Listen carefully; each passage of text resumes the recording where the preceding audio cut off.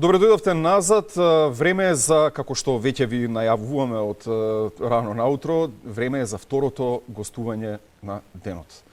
На линија го имаме бизнисменот Зоран Витанов. Се зборува ќе зборуваме, меѓу другото, за промоција на неговата книга Воскресни жив, во која е автобиографска, во која се зборува за промена на начинот на размислување со насочување кон бизнис идеите. Добро ви утро, секој утро. Добро утро до вас лично и до вашите ценети гледачи на ценетата телевизија. Ви благодарам и од моје име и од нивно име.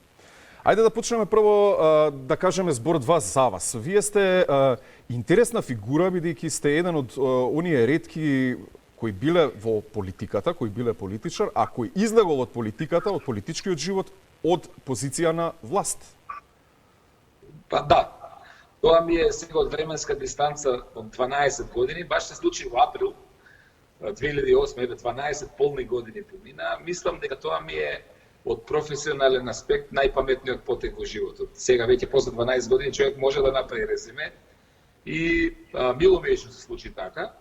Па видов дека по мој критериум Македонија не оди во правец во кој што јас сакам да оди. Тоа не беше веќе моја визија и ќе беше неетички, нечестно пред се према себе, према мојата совест, но и према народот што плаќа, нели? Бидејќи како пратеник јас се напуштав тогаш од позиција на власт политиката, сватив дека не се наоѓам веќе тука и едноставно одлучив да ја напуштам. Тоа беше мал куриозитет, големо изненадување дури и за моите најблиски. Они на телевизија разбраа дека јас се напуштам политиката, и жена ми, и татко ми, и брат ми, и мајка ми и така. Меѓутоа, испадна тоа дека сепак е добар потек. Влегов во водите на предприемништво и мислам дека сакам да охрабрам и други луѓе, без оглед дали се на власт или опозиција, а се во политика, многу повеќе ќе придонесат за Македонија во предприемништвото. Тогаш се полни буџетот, а таму само го празнат буџетот, а факт е дека Македонија се уште не оди во вистински правец. Сега од тој аспект констатиравме, додека разговаравме, нели, дека можеби многумина сакаат да направат таков чекор, да се повлечат од политиката, но немаат храброст да го повлечат тој чекор. Можеби немаат визија. Всушност и книгата пишува за тоа. Многу луѓе имаат визија, знаат што со себе, што со околината, со својата држава, со својот бизнис.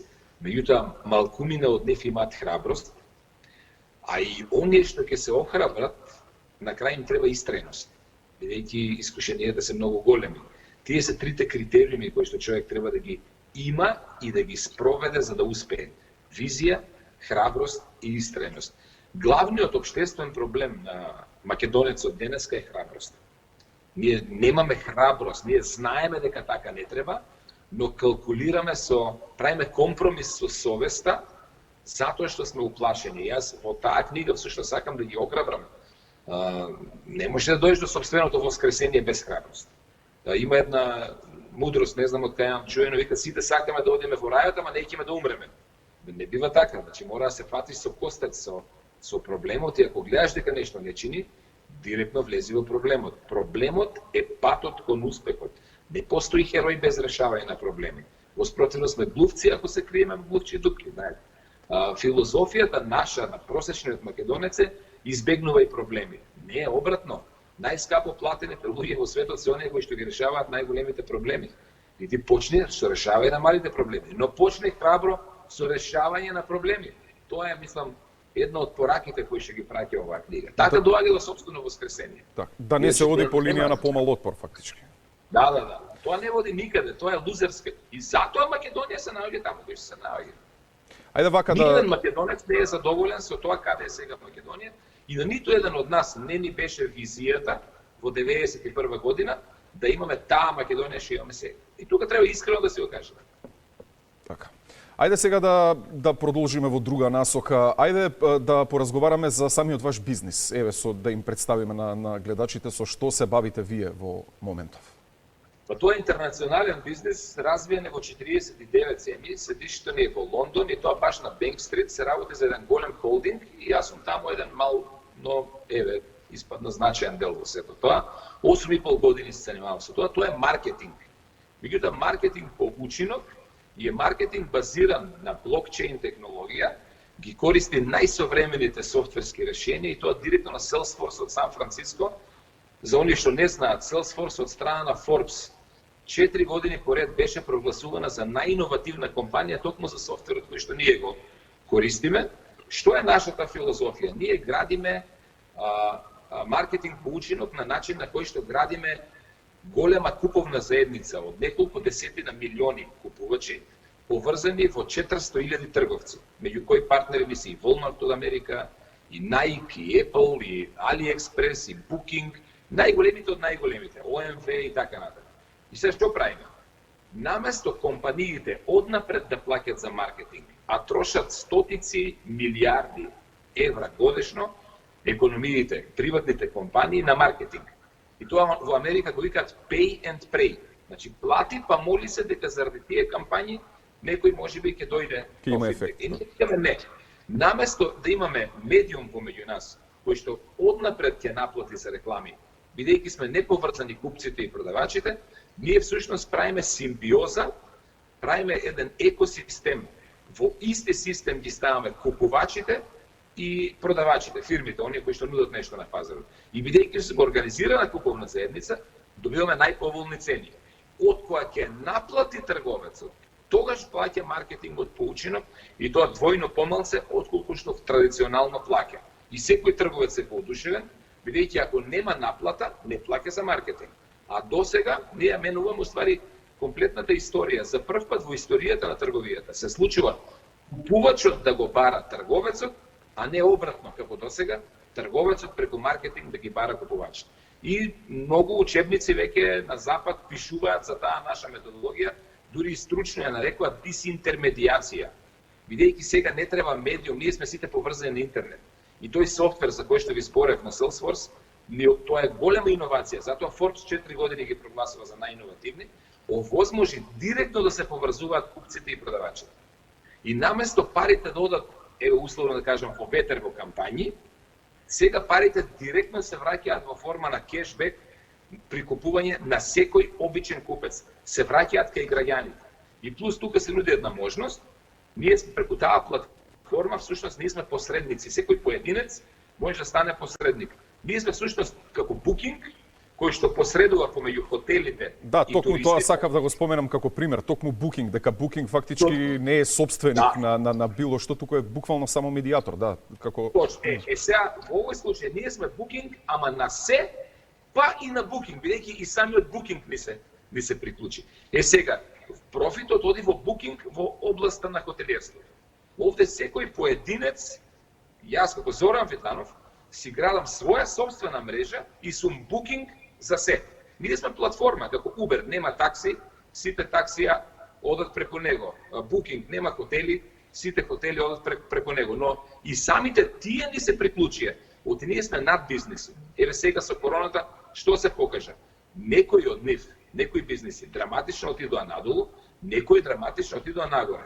Кај нас, бидејќи кешфлоуто секако се одбива, ние сме над бизнисот и независимо од тековите ги обезбедуваме од турбуленции и бизнисите и физичките лица. А на најобичните луѓе кои што не се предприемчиви, им овозможуваме најевтини цени. На пазарот било што да купуваат. Само во Македонија имаме веќе 2000 трговци. И тоа тука се и најреnomираните. И само во Македонија таа куповна заедница е 270.000 физички лица, што не прави најголема заедница во државата. Сакав нешто и да ве прашам токму во таа насока, еве конкретно кога веќе ја споменавте пандемијата со COVID-19. На запад барем, според извештаите, впечатливо е дека постои некаков тренд на забрзана дигитализација, веројатно затоа што компаниите, барем ќе ги кажем, и малите бизниси, меѓу другото, сватија дека не е доволно само да имаш каков таков вебсайт и не доволна активност на социјални мрежи, туку напротив, за преживување, особено во вакви ситуации, дека е потребна забрзана дигитализација на компаниите. Дали е тоа случајот и кај на себе, според вашето мнение? Апсолутно, да. Ние 8 години зборуваме за дигитализација. 8 години објаснуваме дека иднината е блокчейнот, дури не ни самиот интернет, колку што е блокчейн. Нашите луѓе уште и него не разбираат тоа. блокчейнот ќе го смени човештвото како ништо никогаш што го нема сменето. И блокчейнот ќе го врати, условно кажано, златниот стандард, парата, валутата ќе ја врати во пара. Сега да не објаснам тоа во книгата, убаво го објаснам, книгата е пишувана пред короната. Но јас таму најавувам дека ќе се случат драматични турбуленции, кои што ќе не принуди да влеземе во дигитализација. И сега не е ли поинтелигентно, наместо да не принуди некој во тоа, ние проактивно да го направиме тоа. Еве на просто да ви кажам. Го земаме како метаморфоза, таа дигитализација. Порано бизнисот бил доволен сам за себе да имаш, не знам, гранапче во струмица. И тоа било окей, можело да се гледа семејство, можело да се живее надпросечно во општеството. Потоа мораше да имаш ланец, па ланците на маркети ги избришаа гранапчињата. Меѓутоа денеска и тоа не е доволно, нели? Од гасеница се претвараш во пеперутка, меѓутоа сега таа пеперутка треба да стане дигитална. Зошто?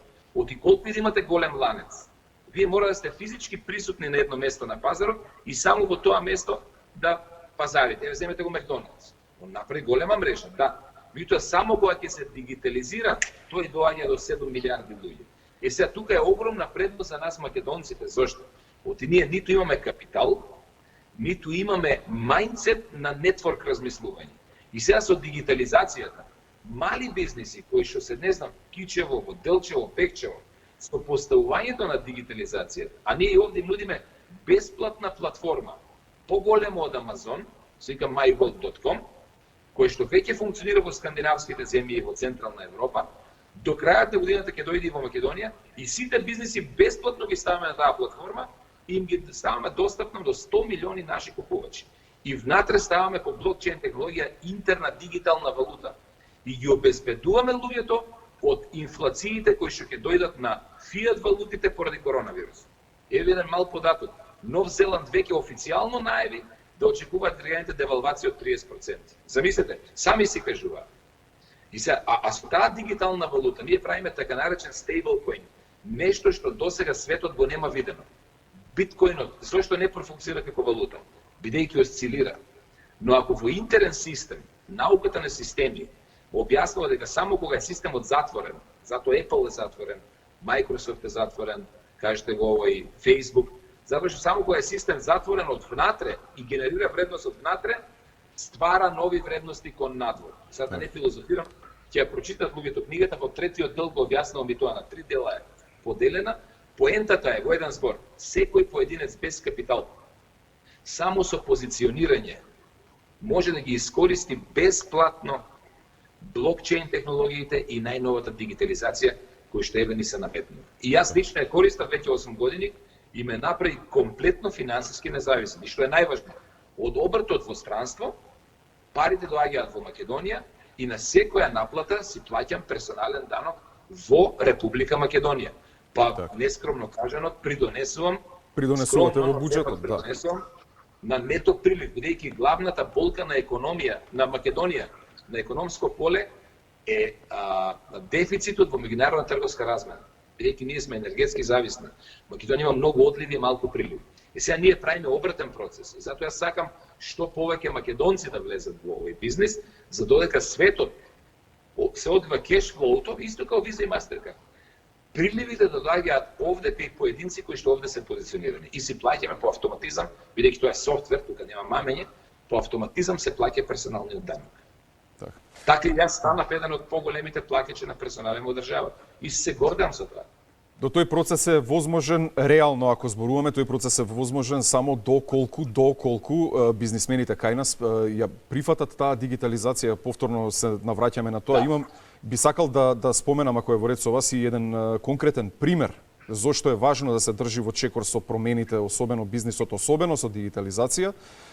Пример е, чинам сите се сеќаваме на Кодак за, нели, филмови, фотографии и така натаму. Во еден одреден момент Кодак држи буквално 80% од светскиот пазар. И токму техничарите во Кодак се првите кои развиваат дигитален фотоапарат. Но Кодак едноставно раководството прави катастрофална проценка и вели нема потреба, ние држиме 80% од пазарот, не ни треба новина. Продолжуваме на овој начин. Сега само како за Да, конклузија, во 2011 година Кодак официјално прогласува банкрот. Најголемата, значи компанија која што држеше 80%. Еви друг пример, Nokia. Со Nokia, Nokia, толку така. Да. И се затоа, значи ако не се дигитализираме, ние не сме присутни на секаде. Така е. Еве метаморфозата. Прво е гасеница, потоа мора да станеме пеперутка, потоа мора да станеме голема пеперутка и на крај мораме да ја дигитализираме пеперутката. Тоа е духот, дигитализацијата е всушност духот на бизнисот. Да бидеш присутен секаде, секогаш. А ова е поголема шанса, македонецот не видел македонскиот предприемач. Зошто? За се друго ни треба капитал. И тоа ни треба енормен капитал од десетици милиони евра минимум. Во овој бизнес ни треба позиционирање. Јас ви кажам, нас без капитал влегов во. Го видов пред време и алегоријата кај мене е како Ноев чамец. Значи, доволно е само да го видите вие потопот дека следи и да влезете во чамецот, готово. Оној кој што влегол во чамецот, тоа во бизнисот се вика timing and positioning. Значи, во вистинско време да се позиционираш на вистинско место. Илузија е дека во иднина капиталот ќе владее. Не, во иднина ќе владее визијата, потек во вистинско време, позиционирање во вистинско време. Без капитал. Така, токму тоа ќе ги носи економиите. Веќе ги одиме натаму, мислам, зборувам на глобално ниво. Така. Да споменем, исто друг интересен пример беше комбинацијата на Блокбастер и Netflix, например. Како Netflix ја користи дигитализацијата, а како Блокбастер не ја искористува и пропаѓа. Имаме многу такви примери, и тоа за големи компании зборуваме. Ајде да се вратиме малку... Дали може уште една реченица? Никогаш во историјата на човештвото, благодарение на дигитализацијата и блокчейн технологијата, никогаш не било полесно, побрзо човек да се збогатува, но и никогаш не било полесно и повозможно побрзо човек да осиромашува. И таа драматична промена ќе зависи само од тоа дали имаме визија и храброст или не, како што и го почнавте мојабето. Така, особено е важно да се земе предвид дека ова се работи буквално во сите сегменти. Пример е дека се зборува на пример за пропаст од мојот аспект од медиуми, се зборува за пропаст на пишаните медиуми. Но благодарение на дигитализацијата, чинам прво почна со New York Times, потоа со Guardian, па она што викаат жолта штампа, The Sun и така натаму, почнуваат со процесот на дигитализација не само да се одржуваат во живот, сега тие нема никогаш да ги стигнат нивоата од раните 2000-ти, меѓутоа не само што преживуваат, туку и продолжуваат да имаат прогрес, едноставно. Профитираат. Целиот бизнес ќе биде дигитализација и блокчейн. И тоа е многу безбеден бизнес пред се блокчейнот. Така, да се навратиме малку претходно, мислам дека малку избрзавме, не стигнав да ве прашам, не успеав да ве прашам затоа што спонтано ни оди разговорот. Што ви даде идеја да влезете во тој бизнес? Да го почнете тој бизнес? Многу е едноставно. Јас лично како Зоран Витанов немав капитал кога излегов од политика. И јас го немав видено тој бизнес кога излегов во политиката.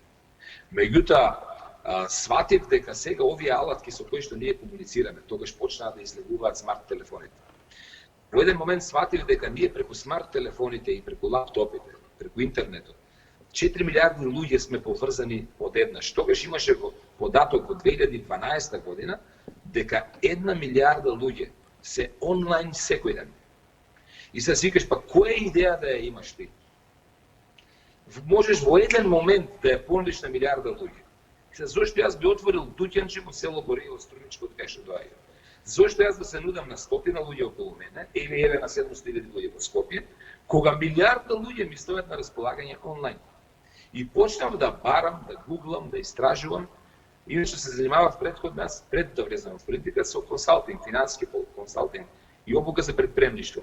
Па кога ја напуштив политиката, се вратив на тој бизнес и во Дубај видов дека Mall of Emirates, комплетниот Mall of Emirates, и Apple Superstore се влезени во еден процес на дисинтермедијација, кој што да бидам искрен, мене ми личи на пирамида, која прв пат ми го кажаа. Но тоа ме окребри што Apple и Mall of Emirates се внатре а уште беше жив Стив Джобс во јуни 2011 кога прв пат го видов тоа. И бев сигурен дека Стив Джобс нема да си дозволи да влезе во нешто такво кое што јас така го гледав. Тоа толку ме заголица, толку ме направи любопитен, што јас летото 2011 цело лето истражував, учев дури на плажа кога бев, се сеќавам на одмор со децата и со жената ми се лутеа, зашто цел ден сум на лаптопот, но видов една таква шанса која што е во зародиш као мало семе, кое што се уште е невидливо, но ќе донесе тотална револуција на светско ниво. И иако сите ми кажуваа дека тоа нема да го биде, јас одлучив да се послушам мојата интуиција, кога внатрешниот глас е посилен од целата бучава околу вас, следете го тој внатрешен глас. Тоа е нешто кое што е и провидение, и воскресение на крајот на крајшта. Го пишувам тоа и во книгата.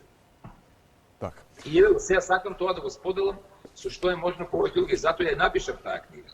Битно е да се размислува различно. Иначе живееме во медиокритетска средина, и ако ги слушаме медиокритетите, ќе бидеме медиокритет, тоа е јасно.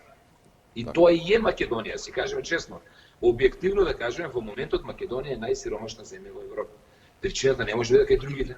Мора да ја гледаме кај нас. Мора да смениме нешто во начинот на размислување. Таа книга поттикнува различен начин на размислување и охрабрува книгата. И затоа одлучив да ја напишам. Така. Сега почнавме со книгата, па и да завршиме со книгата. Цела оваа пандемија и ете вонредните мерки поради ширењето на коронавирусот ја одложија промоцијата на книгата. Што сте откажа? Ја откажа. Ми имавме планирано во март месец, средината на март, во МНТ. Голема промоција, меѓутоа короната тоа го спречи. Имавме планирано втора промоција, треба што да има сајм на книга, сега 6, 7 и 8 мај. И тоа го спречи и на крај ја издадовме книгата без никаква промоција на ниту еден медиум. И се случи чудо. За еден ден, со скратено работно време, во услови на корона, се продадоа 1000 примероци. Значи, за 24 часа. И тоа навистина ни дојде убаво, викам, па супер, пошто издадовме само 3000 примероци, викам, подобро е што не направивме промоција, ќе испадне дека немавме книги, ќе немаше книги. Па така добро. да тоа испадна секако што треба. Плюс самото одлагање во печатницата, бидејќи не работеше месец дена самата печатница поради короната, еве Господ сакал, насловот е нели последниот жив, па излезе 3 дена пред Великден, што исто така беше еден убав. Но короната исто ни помогна и друго. Луѓето се свртеа кон книгите кога беа во изолација, кога беа во карантин.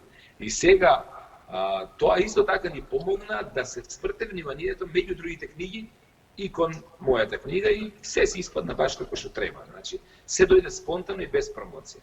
Сега отпосле станавме интересни бидејќи до сега и нема забележано 1000 книги да се продадат за еден ден. Така. Но тоа сепак не ве спречува кога ќе заврши ова да направите нешто? Напротив, сега сме уште поохрабрени да направиме. Имаме и сега од Србија најава за 10.000 примероци сакат да издават, па може би ќе преведуваме најверојатно и на српски, хрватски и бугарски. Бидејќи многу сме книгата е барана во соседството. Бидејќи јас порано држав цело време таму обуки за предприемништво и тие луѓе се дозна па ја барат. Има издавач од Србија се обврзува на 10.000 примероци, што е за овие простори бројка која што е неверојатна. И тоа ме радува тоа. Меѓутоа во позадина сега се пишува и друга книга, ама прво нека заживее оваа, да ја даеме една година простори на оваа. Бидејќи економските текови многу брзо се случуваат. Живееме во ера на дигитална трансформација. И ако тоа не го забележиме, ќе бидеме збришени од просторот на живење. Дигиталната трансформација не можеме да ја спречиме. И не е закана. Поголема шанса обичните луѓе немат видени.